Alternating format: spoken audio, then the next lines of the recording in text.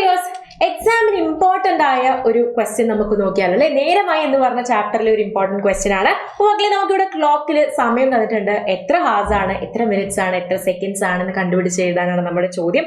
ആദ്യം തന്നെ നിങ്ങൾ നോക്കിക്കുക, നമ്മുടെ ഹവർ ഹാൻഡ് ഇതാണ് നമ്മുടെ ഹവർ ഹാൻഡ് അല്ലെ. മണിക്കൂറുകളുടെ സൂചി എന്ന് പറയുന്നത് ആ കുഞ്ഞു സൂചിയാണ്. ഇത് നമ്മുടെ മിനിറ്റ് ഹാൻഡ് ആണ്, ഇത് നമ്മുടെ സെക്കൻഡ് ഹാൻഡ് ആണ്.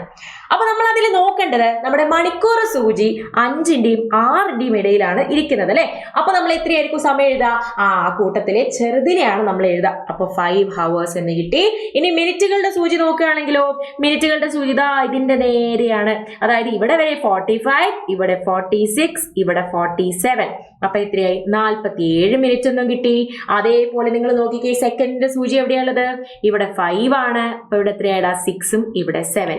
അപ്പോ 7 സെക്കൻഡും ഇവിടെ 47 ആണ്, ഇവിടെ 7 സെക്കൻഡും എന്ന് നമുക്ക് കിട്ടും അല്ലെ. അപ്പൊ 5 hours 47 minutes 7 seconds എന്നാണ് നമ്മുടെ ആൻസർ വരുന്നത്.